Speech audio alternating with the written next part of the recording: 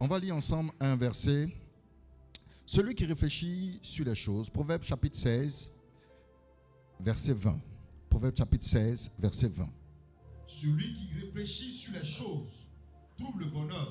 Celui qui réfléchit sur les choses trouve le bonheur. Et celui qui se confie Non. C'est la première partie du verset qui va nous intéresser.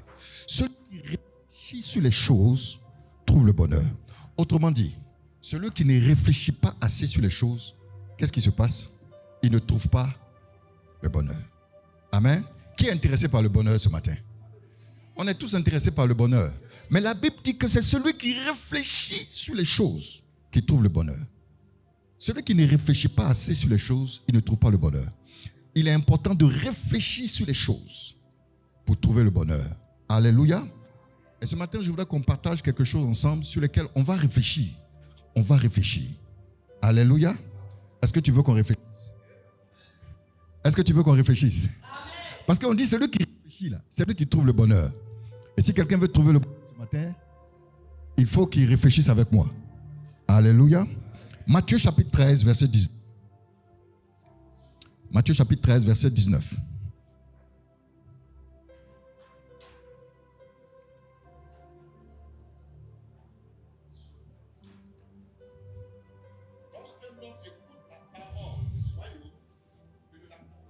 Lorsqu'un homme écoute la parole du royaume et ne la comprend pas, le malin vient et enlève ce qui a été sémé dans son cœur. Amen. Amen. Alors réfléchissons sur cette portion des Écritures.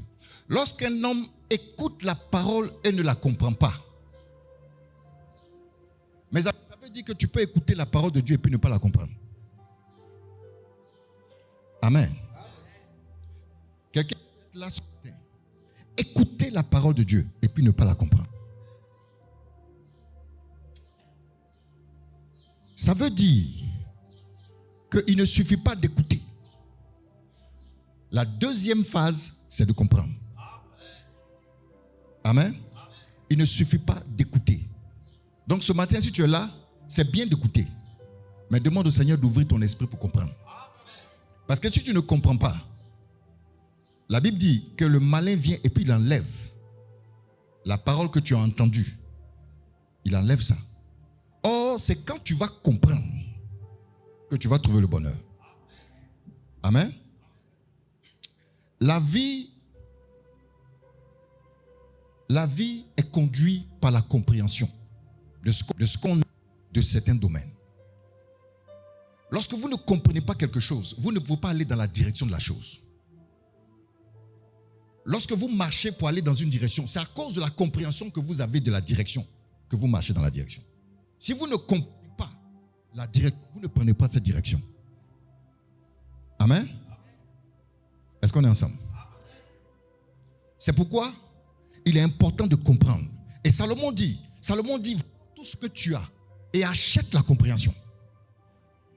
Il dit, vends tout ce que tu as et puis achète la compréhension. Le mot en anglais, c'est understanding. C'est-à-dire, il faut que tu comprennes. Parce que si tu ne comprends pas, tu ne vas pas pouvoir marcher dans la bonne direction. Amen. Donc, c'est important de comprendre les choses. Malheureusement, on écoute la parole de Dieu, on ne la comprend pas. Et on a l'interprétation que font les gens. Et sur la base de l'interprétation qu'ils font, on les suit. Et parce qu'on les suit, s'ils sont égarés, on est aussi égarés. Amen. C'est pourquoi aujourd'hui, ceux qui font attention, vous allez voir qu'il y a beaucoup aujourd'hui de leaders, entre guillemets, spirituels, qui conduisent beaucoup de gens dans l'erreur. Parce qu'ils sont eux-mêmes dans l'erreur. Et si tu es toi-même dans l'erreur, tout ce que tu vas conduire, tu vas les conduire dans l'erreur. Parce que toi-même, tu n'as pas compris. Donc tous ceux qui sont derrière toi ne vont pas comprendre aussi. Donc parce que ce que tu as compris là, c'est ce que tu leur enseignes. Amen. Donc c'est pourquoi c'est important de comprendre. Et lorsque vous lisez Ésaïe chapitre 11 verset 2, la Bible dit que les 7 esprits de Dieu, quand Dieu donne les 7 esprits, il donne ces 7 esprits. L'esprit de l'Éternel, l'esprit de crainte, l'esprit de force. Sur les 7 esprits de Dieu, il y en a 4 qui concernent la réflexion. esprit de sagesse, esprit d'intelligence, esprit de conseil, esprit de connaissance. Ces 4 esprits-là sont là pour nous aider à comprendre. Parce que si tu ne comprends pas, tu ne peux pas marcher dans la direction. Marcher sur la voie étroite. Marcher sur la voie étroite. La Bible dit que le chemin qui mène vers Dieu est un chemin étroit. Mais pour marcher sur ce chemin, il faut comprendre. Parce que si tu ne comprends pas, tu ne pourras pas marcher sur ce chemin. Beaucoup de gens arrivent sur ce chemin et ils disent que le chemin est trop étroit. Ils préfèrent la voie large. Parce qu'ils ne comprennent pas pourquoi je dois prendre ce petit chemin. Ce chemin qui est difficile. Je dois emprunter ça, je dois me coincer. Alors qu'il y a une voie qui est large là. Je peux marcher dessus tranquillement. C'est parce que tu ne comprends pas pourquoi est-ce que c'est important que tu prennes le petit sentier. Alléluia. Donc, ce matin, on va essayer de réfléchir ensemble. Est-ce qu'on va réfléchir? Est-ce qu'on peut réfléchir? C'est bon de réfléchir. Alléluia. Alors, on va réfléchir sur un concept. Mais avant, je veux faire une démonstration. Qui ne parle pas du tout anglais? Qui ne comprend rien des mots anglais? Mon papa dit qu'il ne comprend rien. Bon, viens. Alléluia. Je vais vous montrer l'importance de la compréhension. Ok. How are you? How are you? Ah, tu comprends un peu? Il comprend un peu. Je veux quelqu'un qui ne comprend rien. Amen. Même pas bonjour. Ah, tout le monde comprend un peu anglais. Maman, toi, tu ne comprends rien. Ok, calme. Viens.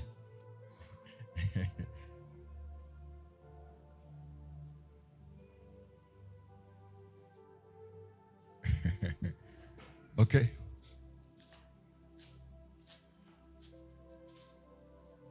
How are you? Ouais. Elle ne comprend pas. Ok, donc ça c'est bien. Donc viens devant moi, on va parler.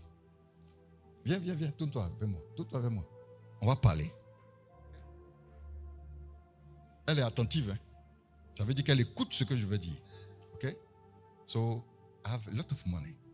I have cars, big houses, and I want to give it to you. Ceux qui comprennent savent ce que je suis en train de lui proposer. I want to give it to you. Just bow and worship me. And I will give it to you. Just bow and worship me. And I will give it to you. Everything that I told you, I will give it to you. Yeah. Amen. Est-ce que tu as entendu ce que je dis? Non. Est-ce que tu as entendu? Mais tu ne comprends pas. Ok. Est-ce que vous avez compris ce que je suis en train de dire? Entre écouter et puis comprendre. Amen. Que Dieu te bénisse.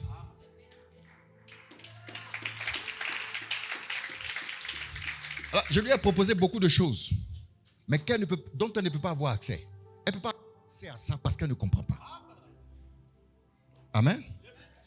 Et c'est la même chose en ce qui concerne la parole de Dieu. Si vous ne comprenez pas, vous ne pouvez pas avoir accès. C'est pourquoi Jésus a dit, il dit, vous connaîtrez la vérité et la vérité vous rendra libre. C'est-à-dire, si vous ne comprenez pas la vérité ne peut pas vous affranchir. Vous connaîtrez la vérité et la vérité vous rendra libre. En fait, ce qu'il était en train de dire, c'est vous comprendrez la vérité et la vérité vous rendra libre. Alors, on va réfléchir sur le concept de la vérité. Qu'est-ce que la vérité? Il faut comprendre ce que c'est que la vérité. Parce que ce que je vais dire ensuite, là, si tu ne comprends pas ça, tu ne vas pas comprendre le reste. Tu ne vas pas avoir l'utilité de ce que je vais dire après. Amen. Donc, il faut comprendre c'est quoi la vérité. Qu'est-ce que c'est que la vérité? Je vous pose la question. C'est quoi la vérité? Répondons ensemble. Donc, celui qui réfléchit sur les choses, on a dit quoi? Celui qui réfléchit sur les choses trouve le bonheur. Ok. Donc, si tu trouves ce que c'est que la vérité, tu n'es pas loin de trouver le bonheur. Qu'est-ce que c'est que la vérité? Jésus se présentait comme étant la vérité. Mais si tu ne sais pas ce que c'est que la vérité même là, tu ne vas pas comprendre Jésus. Parce que Jésus dit, je suis la vérité. Donc c'est quoi la vérité?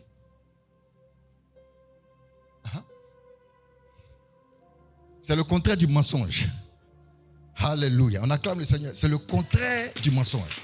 C'est une tentative de définition. Et c'est bon. Amen. C'est bon. Tu es sur le processus de la réflexion pour trouver le définitif de la réponse. C'est le contraire du mensonge. Ok. Quoi d'autre? On réfléchit, hein? On réfléchit ensemble. Oui? Ce qui est juste. Alléluia. Ce qui est juste. On acclame le Seigneur. Quoi d'autre?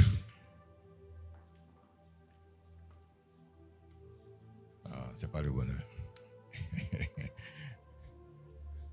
Ce qui est réel. Ce qui est réel. Alléluia. On acclame le Seigneur. La vérité dans sa définition universelle. Comment vous la définirez? La vérité dans sa définition universelle. Il ne faut pas mettre Dieu dedans. C'est-à-dire que si tu veux définir la vérité de manière universelle, on va dire que quoi? La caractéristique de la vérité, c'est quoi? C'est quoi? C'est vrai? C'est le contraire du mensonge? Mais je veux qu'on puisse trouver des mots clés liés à la vérité. La vérité, c'est la lumière. Ce qui est parfait. Ok? On acclame le Seigneur pour toutes ces réponses. Alléluia. Encore. Ce qui est bon, ce qui est juste. Ok? Vous voyez? Oui? La sincérité. Ce qui est vrai. Parce que tu peux être sincère, mais en train de mentir. Quelqu'un peut être sincère, mais dans l'erreur. Donc, ce n'est pas la sincérité. Tu comprends? Tu peux être sincère, mais tu es sincère dans ton mensonge. C'est pourquoi la Bible dit que le diable est un menteur. Et que quand il ment de son propre fond. C'est-à-dire quand il te ment, c'est comme s'il te dit la vérité. Donc, il est sincère. Mais il n'est pas dans la vérité. Ce qui est vrai, ce qui est juste. Ce qui est sans tâche. Ok, tout ça c'est bien. Mais il y a des mots que je cherche. Ce qui est droit, ok? Agréable. Ce qui est incontestable. Alléluia. On acclame le Seigneur. C'est incontestable. Mais pourquoi ce soit incontestable? Il faut que ce soit quoi? C'est incontestable. Irrévocable. On acclame le Seigneur. Ce qui est pur. C'est pur. Alléluia. Donc quand on parle de vérité, on parle de pureté. C'est-à-dire c'est propre. Amen. Il y a d'autres mots. Moi, je vais vous aider. La vérité est unique. Est-ce qu'on est d'accord? Il n'y a pas deux vérités. Alors, aujourd'hui, on parle de la relativité. Les gens disent que non, la vérité est relative. La vérité n'est pas relative. En fait, il y a des vérités dans plusieurs domaines. La vérité que tu peux trouver au niveau des sciences, ce n'est pas la même vérité que tu peux trouver au niveau du marketing, au niveau de la médecine. Amen. Parce que après plusieurs hypothèses, on peut finir par trouver un résultat définitif qu'on peut considérer comme une vérité absolue dans le domaine précis. Donc, il y a des vérités dans chaque domaine. Amen. Mais lorsque tu es dans ce domaine-là, cette vérité-là, elle est unique. Est-ce qu'on est d'accord avec ça? C'est-à-dire, si on est dans 2 plus 2 égale à 4, c'est-à-dire que cette vérité-là, elle est unique. Elle est incontestable.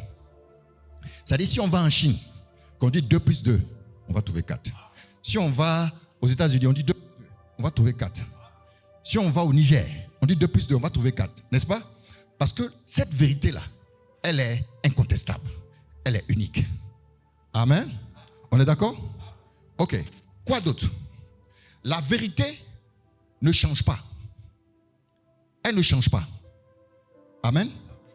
Alors, le mot qu'on utilise, le mot français, c'est un gros mot. Immuable. Et la vérité, elle est immuable. Quel que soit le temps, elle reste pareille. On est d'accord avec ça? La vérité est unique. La vérité est immuable. Et la vérité n'est pas relative. On est d'accord? Ok. Ceci étant dit, est-ce qu'on peut associer quelque chose d'autre à la vérité. C'est pas possible. On acclame le Seigneur. Donc, la vérité exclut toute autre chose. Est-ce qu'on est d'accord? Donc, la vérité, elle est exclue. Est-ce que tu comprends ce que je suis en train de dire là? La vérité est exclusive. Est-ce qu'on est d'accord avec ça? La vérité n'est pas exclusive, la vérité est exclusive. Est-ce que tu es d'accord avec? Je n'ai pas entendu bien l'amen. Si tu es d'accord avec ça, ça veut dire que quand Jésus dit chemin, la vérité et la vie, ça veut dire quoi? Ça veut dire qu'il n'y a personne à part lui. Est-ce que tu es convaincu de ça? Non, si tu n'es pas convaincu de ça, tu vas être tolérant. Amen, amen, amen. Est-ce qu'on est ensemble? Quand tu vas parler avec un bouddhiste et expliquer sa religion, tu peux être tolérant. Tu peux être tolérant. Parce que tu n'as pas compris l'exclusivité de la vérité. Si tu parles avec un musulman, tu vas être tolérant. Que tous les chemins mènent à Dieu. Tu vas dire non, bon, faut bien faire ton truc. C'est que je suis. Ça va aller. Parce que tu n'as pas compris que Jésus, la vérité là, Jésus lui-même là, il a exclu les autres. Est-ce que c'est moi qui ai exclu les gens? C'est Jésus lui-même. En disant je suis la vérité là, il a exclu tout le monde. Jésus devient le seul chemin. Est-ce qu'on peut associer quelqu'un à la vérité? Non. Donc si tu mets Bouddha à côté et puis tu adores les deux, est-ce que ça marche? Si tu mets quelque chose d'autre à côté, tu es dans le faux. Est-ce qu'on est ensemble? Est-ce qu'on est bien ensemble? La vérité, elle est exclusive. La vérité est intolérante. La vérité est exclusive, elle est intolérante. Il faut accepter ça. Si tu n'acceptes pas ça, il y a beaucoup de choses qu'on va te dire, tu vas accepter. Et beaucoup de chrétiens aujourd'hui ont une foi qui est défaillante. Leur foi est défaillante parce qu'ils ne sont pas accrochés à la vérité. Ils ajoutent autre chose. Ils sont légers. Ils se disent, c'est pas grave, ça peut aller. Le Seigneur comprend. Amen. Le Seigneur comprend. Parce qu'ils n'ont pas compris, c'est-à-dire l'idée même de la vérité. C'est pourquoi j'ai voulu t'expliquer ça d'abord. Et puis maintenant, on va parler de sainteté. Allez. On va parler de sanctification. Parce que la sanctification est le produit de la vérité. Elle sort de la vérité. Elle est pure. Elle est sans tache. Elle est exclusive. Quand tu comprends ce que c'est que la vérité, tu comprends maintenant pourquoi est-ce que le Seigneur demande à ce qu'on puisse marcher dans la sainteté. Alléluia. Est-ce qu'on est ensemble sur la vérité? Est-ce qu'on est d'accord sur la définition de la vérité? La vérité est unique, elle est exclusive, elle est intolérante. Elle ne change pas. Alléluia. Donc, quand Jésus dit, soyez saints, comme je suis saint, c'est la vérité ou c'est pas la vérité? Ok, cette vérité-là, est-ce qu'on peut associer autre chose à ça? Parce que tu as compris maintenant ce que c'est que la vérité. Est-ce qu'on peut associer autre chose à ça? Non. Est-ce qu'on peut dire que non, ça dépend? Ça dépend. Parce que la vérité, ça ne dépend pas. La vérité n'est pas relative. Amen. Est-ce qu'on peut dire que ça dépend? Il y en a qui vont dire que ça dépend des circonstances. Ça ne dépend pas des circonstances. Est-ce que ça va? Amen. Ok. Donc, on va lire ensemble. Jean chapitre 1, verset 17. Il y a beaucoup de lectures à faire. Bon, chez moi, il y a des écrans. Donc, quand je fais comme ça, c'est rapide. Donc, je vais diminuer les versets. Parce que... Alléluia. Oui. Quand la loi a été donnée par Moïse, La grâce et la vérité sont venues par Jésus. Alléluia. La loi a été donnée par Moïse. La loi, c'est quoi aujourd'hui? Quand tu prends la Bible, la loi, c'est quoi? Quand tu prends la Bible, la loi, c'est quoi? L'Ancien Testament. Il y a des gens qui ne savent pas ça. C'est-à-dire, il y a des chrétiens, ils ne lisent pas leur Bible.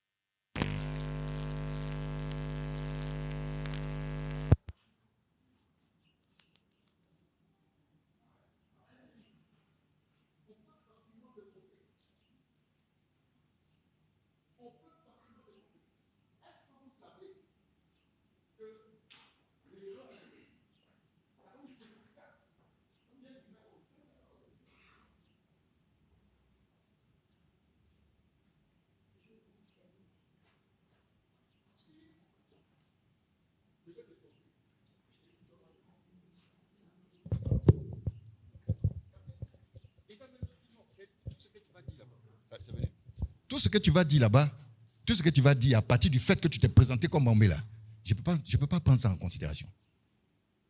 Amen. Si c'est Bouddha, c'est la même chose. Mais si je viens à la Bible, ton cœur sera ouvert. Et c'est là que tu peux te tromper facilement. Parce que je suis venu sur la base de ce qu'on est d'accord sur le même livre. Amen. C'est pourquoi Jésus, quand Satan arrive dans le désert pour tenter Jésus, qu'est-ce qu'il prend? C'est la parole de Dieu. Il dit, il est écrit. C'est ce qu'il dit à Jésus. Il est écrit. Jésus dit aussi, il est aussi écrit. Il est écrit, il est aussi écrit. Donc maintenant, si toi on dit il est écrit, et puis toi tu ne peux pas dire il est aussi écrit, on fait comment? Tu vas dire oui, ce que tu dis là, c'est la vérité. Parce que tu ne sais même pas. Parce que ce qu'il était en train de dire là à Jésus, est-ce que c'était faux? Il citait les Écritures avec exactitude. Il citait les Écritures.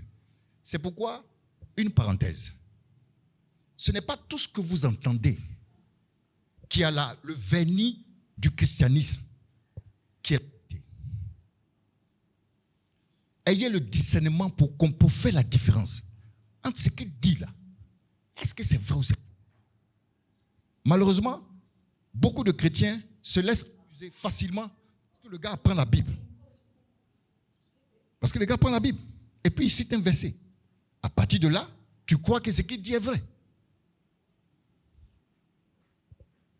C'est vrai ou c'est faux? La femme qui suivait Paul et puis qui disait suivez-les dans le livre, suivez-les. Ce sont des serviteurs de Dieu. Ils vous conduisent sur la bonne voie. Est-ce que ce qu'elle disait là, c'était vrai ou c'était faux? C'était vrai. Mais pourquoi Paul était irrité? Pourquoi Paul était irrité? Parce que la source de son discours là, ce n'était pas la bonne source. Donc Paul était irrité. Il s'est retourné pour dire, esprit de Python, sors. Pourtant, ce qu'elle disait là, c'était vrai. Si aujourd'hui tu es un serviteur de Dieu, on dit celui gars là, il faut le suivre. Hein. Ce qu'il dit là, c'est vrai. Quand même, tu vas être angèle. Je dis, oh, ça c'est une bonne prophétesse. Hein. Est-ce que je suis pur? Alléluia. Hey, sakadadabaha.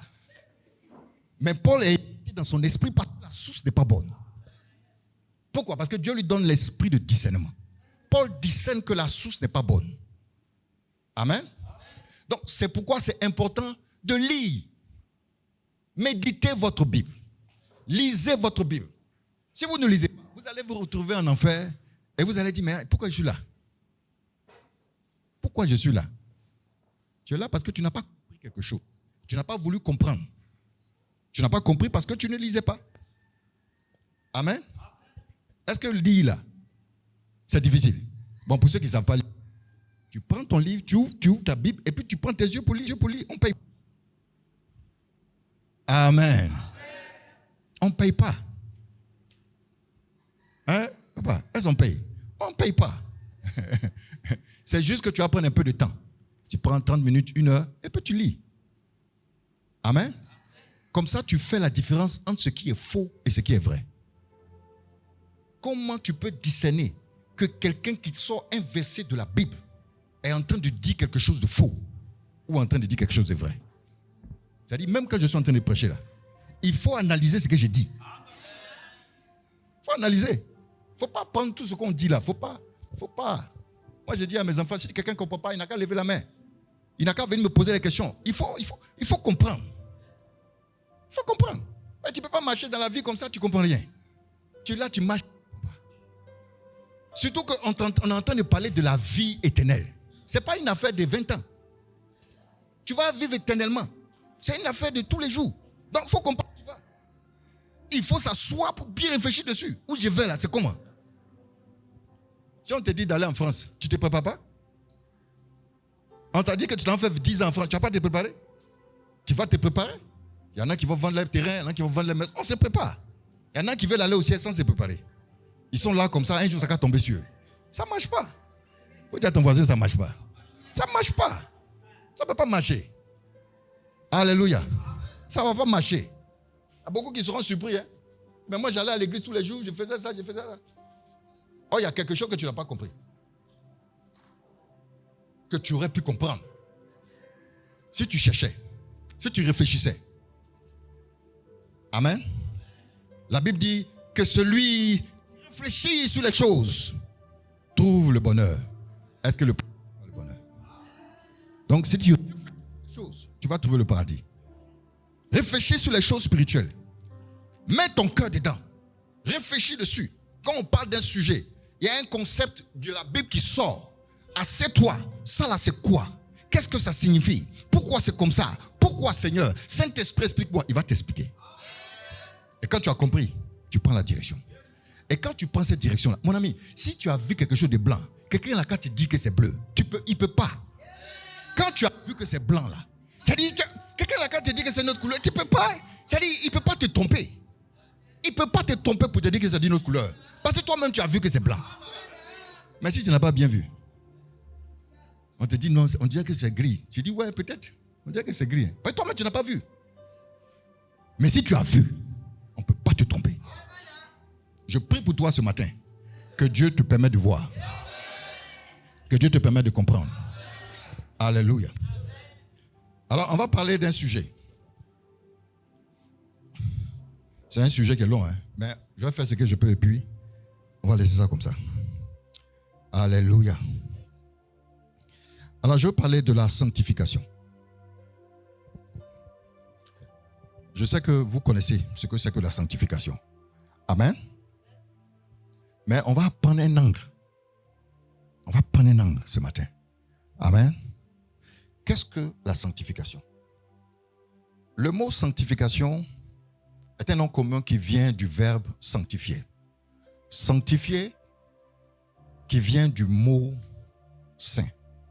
L'adjectif saint. Amen. Alors, quand je dis que tu es saint, ça veut dire que tu es quelqu'un qui marche dans la sanctification. Amen. Donc, tu es en train de pratiquer la sainteté. OK? Donc, la sanctification, à l'origine, vient du mot saint. Mais le mot saint, pour bien le comprendre, c'est un mot qui est utilisé dans la Bible à partir de l'Ancien Testament. Lorsque Dieu parle à Moïse, il parle à Josué, il parle de sainteté, de sanctification, de sanctifier. Amen. Et sur le chapeau de Josué, il devait être écrit quoi? Il devait être écrit quoi sur le chapeau de Josué? Homme saint. Saint à l'Éternel. On acclame le Seigneur. Sainteté à l'Éternel. Amen. Il faut savoir ça. Alléluia. Il faut savoir ça. Ce n'est pas une affaire de tu n'es pas pasteur. Amen. C'est pas, non, comme je ne sais pas pasteur, c'est pour ça qu'il ne sait pas. Il faut savoir. Amen. Par le diable là, il ne va pas avoir ton titre pour te tromper. Il ne va pas dire non, comme lui là c'est un pasteur, je ne peux pas le tromper. Même les pasteurs, ils les trompent. Ah, Satan voulait tromper Jésus lui-même. C'est-à-dire, il a le culot. C'est-à-dire, il a l'audace de dire que lui, Jésus là, il va le tromper. La parole de Dieu. C'est lui qui est né de Dieu. L'esprit de l'Éternel était en abondance. On dit l'esprit de Dieu est sans mesure. Il dit, moi, j'ai trompé le gars là. Bon, maintenant, et nous? Et nous maintenant? C'est-à-dire, c'est pas l'affaire des bishops. Il s'en fout de ça. Il peut te tromper. Bien même. Et il va utiliser la parole de Dieu pour te tromper. Alléluia. C'est pourquoi aujourd'hui, tu vois, il y a des pasteurs qui disent non, on peut prendre 2 femmes, on peut prendre 3 femmes, on peut prendre 8 femmes. Et puis les gens sont là. Les gens sont pleins là-bas. Parce que ça les arrange. Mais le gars, qu'est-ce qu'il a fait? Il a pris la Bible. Il dit, mais Abraham, David, Salomon, David avait combien de femmes? Qui est l'homme selon le cœur de Dieu? Oh, David avait combien de femmes? Ce sont des démonstrations comme ça, ils font. Et puis quelqu'un est là, il dit, mais c'est qui dit là? C'est vrai?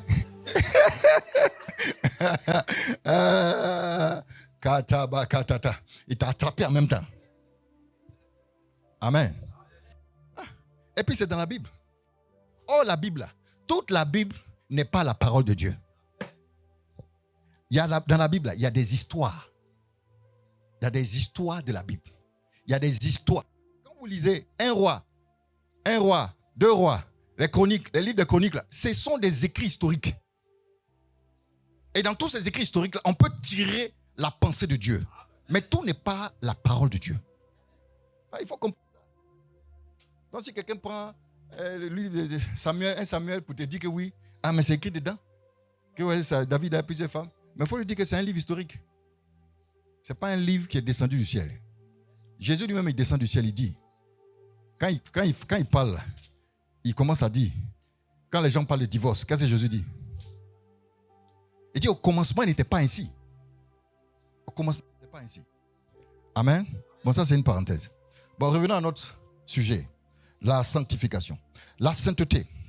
Alors, le mot saint, je disais que le mot saint, le mot hébreu pour saint, qui est tombé, le mot hébreu pour saint, c'est le mot kadosh. Amen.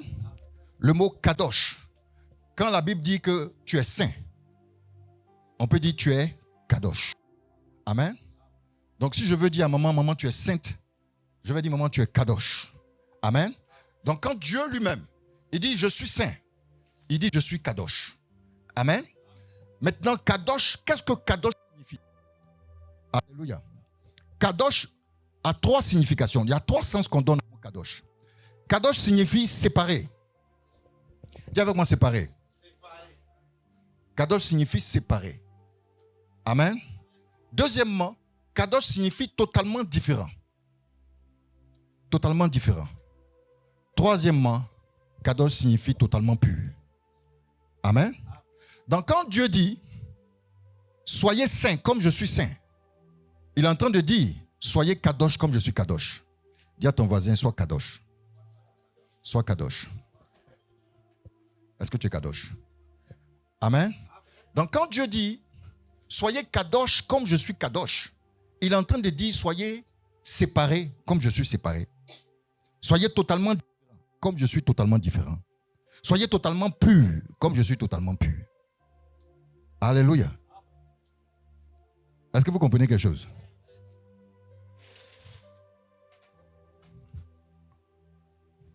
On va voir.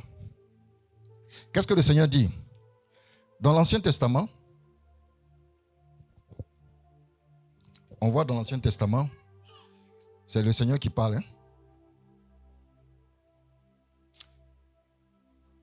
Lévitique chapitre 19, versets 1 à 2.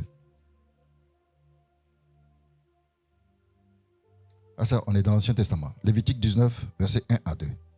Maintenant, on va dans le Nouveau Testament. Matthieu chapitre 5, verset 48. Oui. Oui. L'Éternel parla à Moïse et dit. L'Éternel parla à Moïse et dit. Parle à toute l'assemblée des enfants d'Israël. Parle à toute l'assemblée des enfants d'Israël. Qui parle ici? Qui parle ici? Donc c'est Dieu lui-même qui parle. Ok?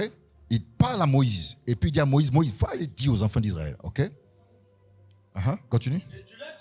Et tu leur diras. Soyez saints. Soyez saints. Car je suis saint. Car je suis saint. Moi l'Éternel votre Dieu. Amen. Donc, On a dit tout à l'heure que la vérité ne change pas. On est d'accord? Est-ce qu'on est d'accord? On a dit tout à l'heure que la vérité est unique, qu'elle ne change pas. Ok? Elle ne change pas. D'accord? Que la vérité est exclusive, que la vérité est intolérante. On a dit tout ça. Maintenant, quand Dieu dit ici, soyez saints comme je suis saint, est-ce que c'est une vérité qui change? Nous sommes ici dans quel contexte? On est ici dans quoi? L'Ancien Testament. On est avec le peuple d'Israël. Dieu dit à Moïse, Moïse dit aux enfants d'Israël, soyez saints car je suis saint.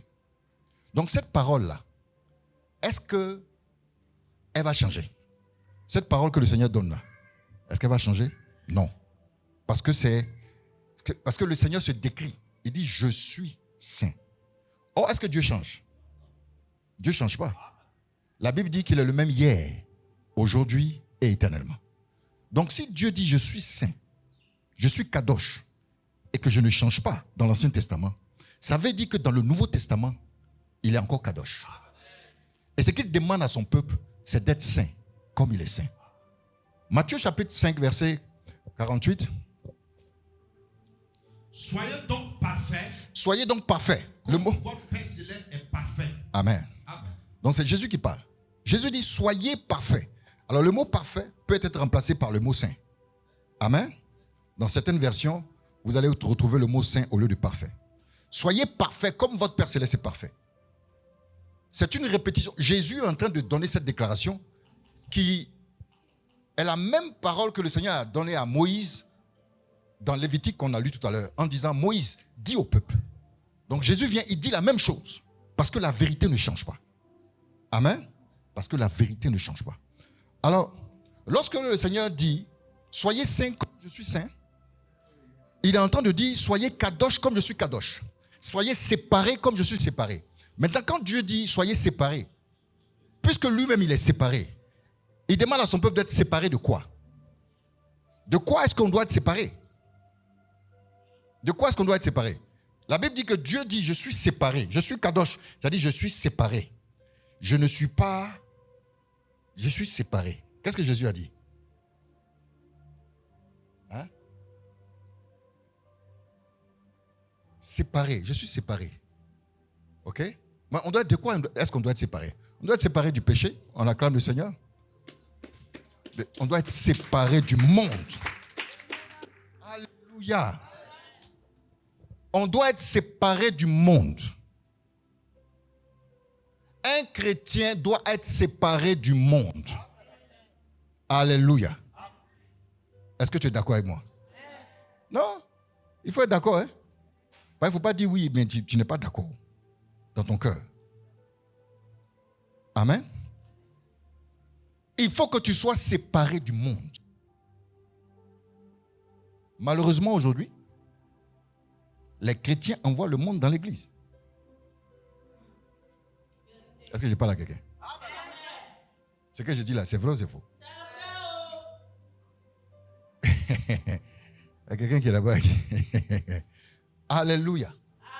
Aujourd'hui, on a envoyé le monde dans l'église. Et ce qu'on dit, c'est qu'on sanctifie ça. Non, on spiritualise les choses du monde, on les envoie dans l'église. Or, le Seigneur dit, soyez séparés comme je suis séparé. Dieu est séparé de sa création. Il intervient dans sa création, mais il est séparé de sa création. Amen.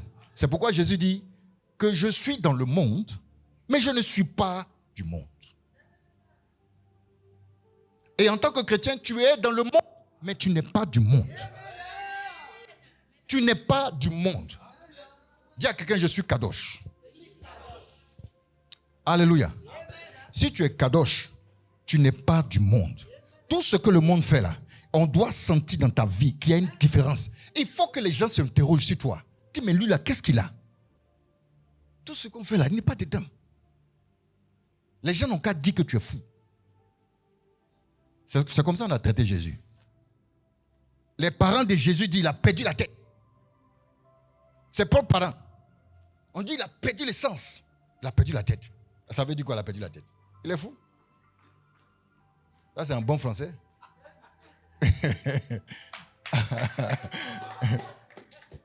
Alléluia. Tant qu'on n'a pas dit de toi que tu n'es pas normal, c'est que ça ne va pas encore. Amen. Il faut qu'on soit séparés. Les amis, nous sommes dans les derniers temps. Nous sommes dans les derniers temps. Il y a des gens, ils sont là. Eux, tout leur problème, c'est manger porc et chicken. Ils ne savent pas ce qui se passe dans le monde. Ils ne lèvent pas les yeux. Il faut lever les yeux pour voir. Analyse ce qui se passe. Regarde la géopolitique. Regarde les événements. Jésus est à la porte. Si avant là, tu ne savais pas, maintenant là, tu sais. Lève les yeux. Fais attention à ce qui se passe. Il y a des chrétiens que Jésus va surprendre parce qu'ils sont là. C'est porc au fou, ils mangent. C'est tout ce qui les intéresse. Porc au fou. Poulet braisé. Même à l'église, tu dois taper. On va faire prière. Personne. On va faire agaper. On va faire prière. On va faire veiller. On va faire un show de danse.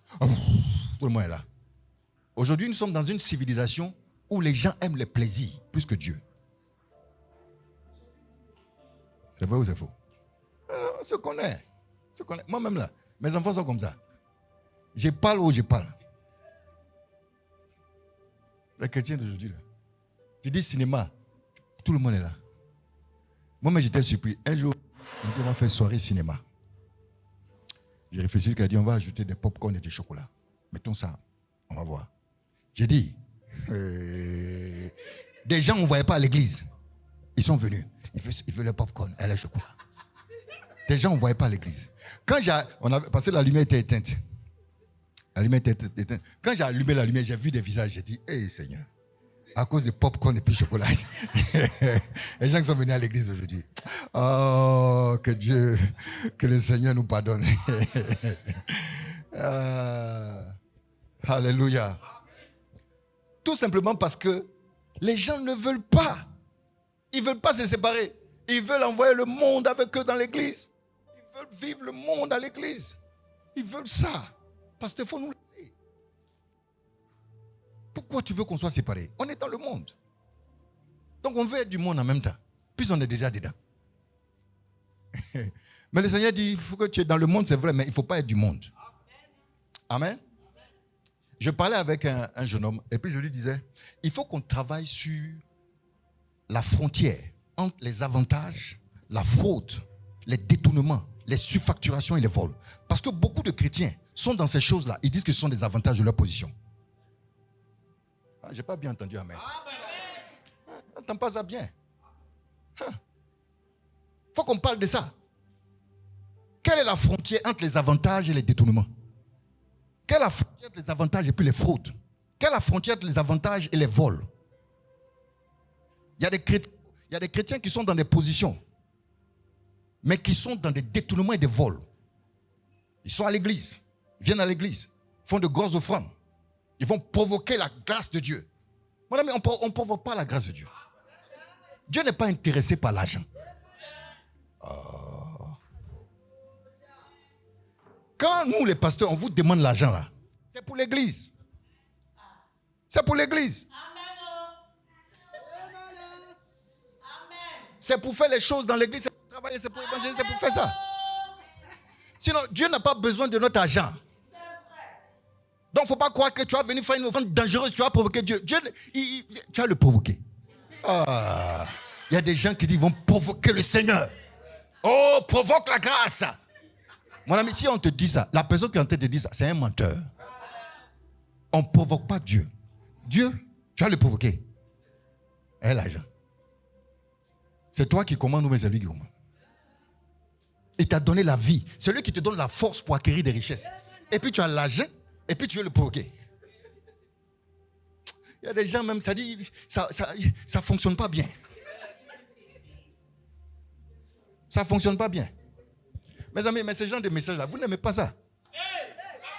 C'est ça qui est là. Malheureusement. Non, ici, là, vous aimez. Mais les gens, là, ils n'aiment pas. J'ai dit ici, là, vous aimez. Tu n'as pas acclamé.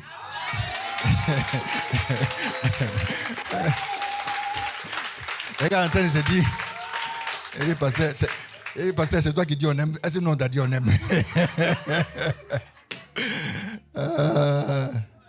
Alléluia. Et il faut qu'on soit séparés. Et mes amis, la séparation, quand quelqu'un est séparé là, est-ce qu'on voit ou bien on ne voit pas? Pasteur, maman ici, vous êtes séparés, non? Est-ce que quelqu'un peut dire que vous n'êtes pas séparés? On voit que vous êtes séparés. Donc quand tu es séparé là, on doit voir. Ce n'est pas une affaire de non, que de toute façon, Dieu voit dans le cœur. Mon ami, Dieu n'a pas besoin. Moi, c'est moi qui veux voir que tu es séparé.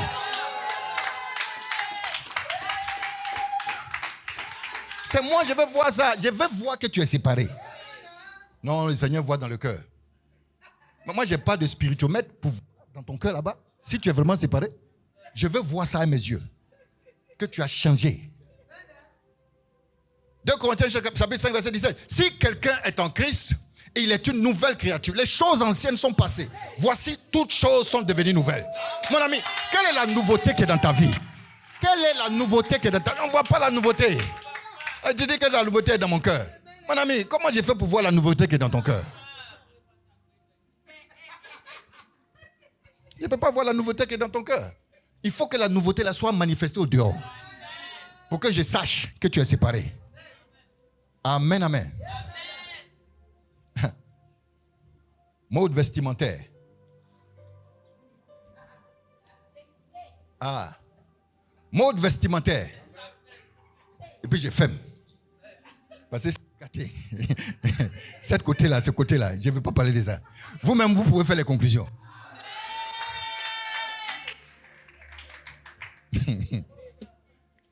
Ils ont fait une interview en France.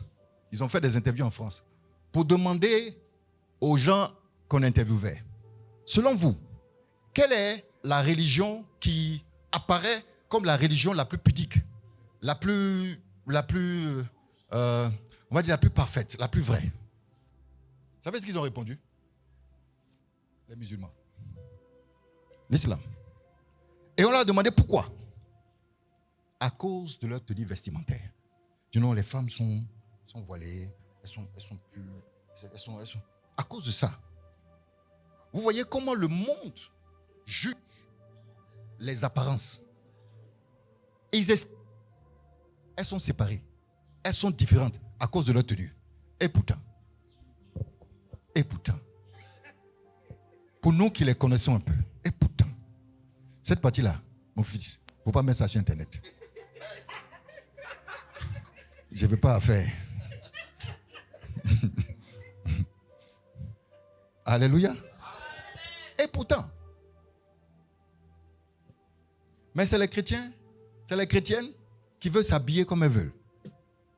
On voit tes seins dehors, on voit tes fesses dehors. Tu vends ou bien tu vends? Tu fais quoi avec? Tu es en train de vendre ou bien? Parce que c'est ce qu'on expose là. C'est pour vendre. Ce qu'on expose là. Tu as déjà vu quelque chose qu'on cache? On met ça sur la table. Pour que tous les passants qui passent s'intéressent à ça. Amen. Donc, il faut regarder ta tenue vestimentaire. Il faut dire non, moi, ce qui est sûr, le Seigneur sait dans mon cœur. Dans mon cœur. C'est pas dans ton cœur, on veut voir ça. On veut voir ça dans ton physique, dans ton apparence. Amen. Tu vois les jeunes qui arrivent à l'église, ils ont les pantalons qui arrivent ici. Quand tu leur dis ça, ils disent non, ici là vous êtes trop compliqué. Pasteur, il y a d'autres églises où on accepte ça. Il faut partir là-bas. Alléluia. C'est-à-dire, il faut qu'on soit exigeant. Amen. Il faut qu'on soit exigeant envers nous-mêmes. Quand le Seigneur parle le Seigneur dit, faites des efforts pour prendre le chemin étroit. Il y a des efforts à faire. Il y a des efforts à faire. C'est pas simple. Amen. C'est pas simple. Dis à ton voisin Kadosh. Sois Kadosh. Alléluia. Jean chapitre 17, versets 14 à 16. Jean chapitre 17, verset 14 à 16. Et quelqu'un prend 1 Jean chapitre 2, verset 15 à 16. Jean 17, 14, 16. Je leur ai donné ta parole et le monde les a haïs parce qu'ils ne sont pas du monde, comme moi je ne suis pas du monde. Je ne te prie pas de les ôter du monde, mais de les préserver du mal. Alléluia. Ils ne sont pas du monde, comme moi je ne suis pas du monde. Alléluia. Amen. Ils ne sont pas du monde comme moi je ne suis pas du monde. Amen. Est-ce que c'est clair? C'est clair ou c'est pas clair? C'est Jésus qui parle. Il dit, ils ne sont pas du monde comme moi, je ne suis pas du monde. Amen. Et ça signifie être séparé. Séparé. Il faut être séparé. Alléluia. 1 Jean 2, 15 à 16. On va terminer là. Il y a beaucoup de choses à dire sur cet aspect, mais comme je dis, on n'a pas beaucoup de temps. 1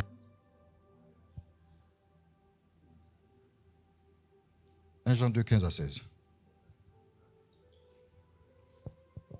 N'aimez point le monde, ni les choses qui sont dans le monde. Si quelqu'un aime le monde, l'amour du Père n'est point en lui. Car tout ce qui est dans le monde, la convoitise de la chair, la convoitise des yeux, l'orgueil de la vie, ne vient point du Père, mais du monde. Et le monde passe, et sa convoitise aussi, mais celui qui fait la volonté de Dieu demeure éternellement. Est-ce qu'on peut acclamer le Seigneur? La parole de Dieu là, elle est pure. C'est-à-dire, si tu cherches là, c'est clair. Quand il parle là, c'est clair. Si tu fais attention seulement, tu vas voir. C'est pas mélangé. C'est clair. Amen. Ok. Donc, pour aller vite. On a dit premièrement que kadosh signifiait être séparé. Deuxièmement, totalement différent. Totalement différent. Totalement différent, ça parle d'identité. Une identité qui a complètement changé. Amen. Amen. Et 2 Corinthiens chapitre 5, verset 17. «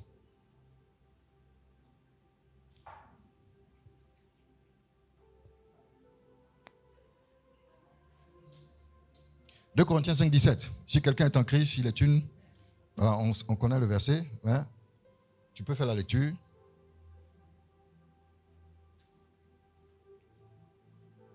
2 Corinthiens 5, 17. Si quelqu'un est en Christ, il est une nouvelle création. Les choses anciennes sont passées. Voici, toutes choses sont devenues nouvelles. » On connaît ça. Jean chapitre 1, verset 12.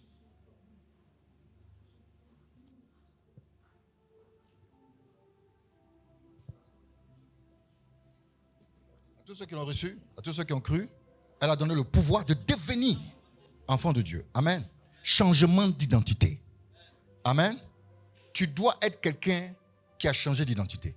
Si tu as encore un Yacouba, c'est un problème avec le royaume. Si tu as encore un Baoulé, c'est-à-dire que quand toi on parle là, toi tu dis non, moi, il y a un problème. Parce que tu n'es plus du même royaume. Est-ce que je parle à quelqu'un? C'est-à-dire ça là, sur ce sujet-là, il y a beaucoup qui ne sont pas d'accord. Parce que il y a ma famille, il y a mes trucs. Mon ami, être citoyen du royaume est une citoyenneté exclusive. Tu ne dis pas bien, mais c'est une citoyenneté exclusive. Il n'y a pas deux nationalités. Tu as deux nationalités dans ta peau. Quand ça t'arrange, tu es ici. Quand ça t'arrange, tu es là. Tu fais comme un politicien. Tu es un politicien. C'est-à-dire, toi, tu navigues en fonction de tes intérêts. Donc, quand on te parle de la citoyenneté, tu dis oui, mais je suis aussi un baoulé à quand? Faut pas t'amuser avec ça. C'est très, très, très, très important. Mon ami, tu n'es pas exclusif. Il faut que tu sois exclusif. Alléluia. On doit savoir que tu as changé d'identité. En tant que citoyen du royaume, on doit savoir, ta famille doit savoir, tout le monde doit savoir que toi, tu es devenu quelqu'un de différent. Amen. Si je vous dis que je ne suis pas de cette terre, que je suis d'un autre royaume, vous allez vous moquer de moi. On dit, mais toi, tu es né à Amsoko, tu es né à Abidjan, ici, on connaît ton papa, on connaît ta maman. C'est la même chose qu'on a dit à Jésus. On dit, mais lui, il dit il est le fils de Dieu. Mais on connaît son papa. On connaît sa maman ici. Mais on connaît même ses frères et ses sœurs. Et lui, il dit que pendant qu'il est sur la terre, il est dans le ciel. Il est fou.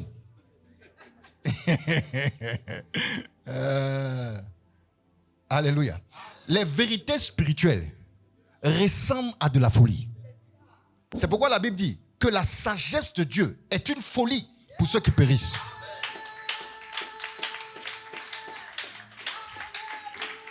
La sagesse de Dieu là, c'est comme une folie. Parce qu'il y a des choses que Dieu va te dire. C'est comme si c'est bête. Mais c'est ça qui est vrai. Mais il faut accepter la vérité. Pour comprendre que ce que Dieu dit là, c'est la vérité. Quand tu as compris le concept de la vérité et que Dieu parle, tu sais que quand il parle, c'est vrai. Il dit, vous n'êtes pas de ce royaume. Jésus dit, mon royaume n'est pas de ce monde. C'est de ce monde. Je commanderai des anges et puis ils vont venir. Il dit, mon royaume n'est pas de ce monde. Donc toi, tu n'es pas de ce royaume. Pourquoi tu te bats avec toutes sortes de compromis pour ce royaume? Alors que ton royaume n'est pas de ce monde. Amen. Fais ce que tu as à faire. Travaille honnêtement. Gagne ton argent honnêtement. Contente-toi de ce que le Seigneur te donne. Glorifie le Seigneur. Et le Seigneur qui sait tes besoins, il va te les donner au temps convenable. Les chrétiens sont pressés. Ils sont pressés. Et ils sont pressés par rapport à qui? Tu es pressé par rapport à quoi? Ton problème, c'est l'approbation des autres. Tu veux que les gens n'ont qu'à t'approuver. Que les gens n'ont qu'à être d'accord avec toi. Mais les gens, même s'ils sont d'accord avec toi, il y en a qui ne vont pas te dire qu'ils sont d'accord avec toi. Et puis, leur apparence approbation qu'ils ont de toi, c'est du fake. C'est du fake. Ça ne compte pas. Ils sont gentils avec toi aujourd'hui parce que tu es gentil avec eux. Mais demain, dès que tu n'es pas gentil, ils sont pas. Ça va aujourd'hui, ils sont avec toi. Mais dès que ça ne va pas, il ne faut pas taper. C'est pourquoi la Bible dit malheur à celui qui met sa confiance en l'homme. Il ne faut pas mettre ta confiance en l'homme. Faut les considérations, les regards des autres. Il ne faut pas t'occuper de ça. Il faut faire ce que Dieu te demande de faire. Amen. Si tu as tes 1000 francs pour manger, mange tes 1000 francs. Ce n'est pas grave. On n'a qu'à se moquer de toi. Le Seigneur est au contrôle. Un jour, le Seigneur qui a vu ta fidélité va te soulever. C'est Dieu qui fait prospérer. Et quand il fait prospérer, il peut te donner une accélération qui va te faire rattraper 10 ans en une seule année. Pour Dieu, ce n'est pas compliqué. Pour Dieu, ce n'est pas compliqué. Il peut changer les circonstances d'une personne en une journée. C'est ce qu'il a fait pour Joseph. Joseph était pendant 13 ans ballotté, ça et là, en prison ici. Il est chez les Potiphar, il est esclave ici, il est esclave ici. Un matin, dis avec moi un matin. Un matin. Il a suffi d'un matin. On dit, mais appelez le prisonnier qui est en prison là-bas. Là. Appelez-le. Quand il sort comme ça, on dit, on change ses vêtements. On rase sa barbe. On rase sa barbe. Mais les gens aiment cette partie. Mais ils oublient le processus. Mais ils oublient le processus. Ils oublient le processus. Ils oublient que Joseph était tenté par la femme de Potiphar et qu'il a fui. Ils oublient ça. Ils aiment la partie où on couronne Joseph. Mais ils ne veulent pas subir, ils ne veulent pas fuir la tentation. Que le Seigneur nous aide.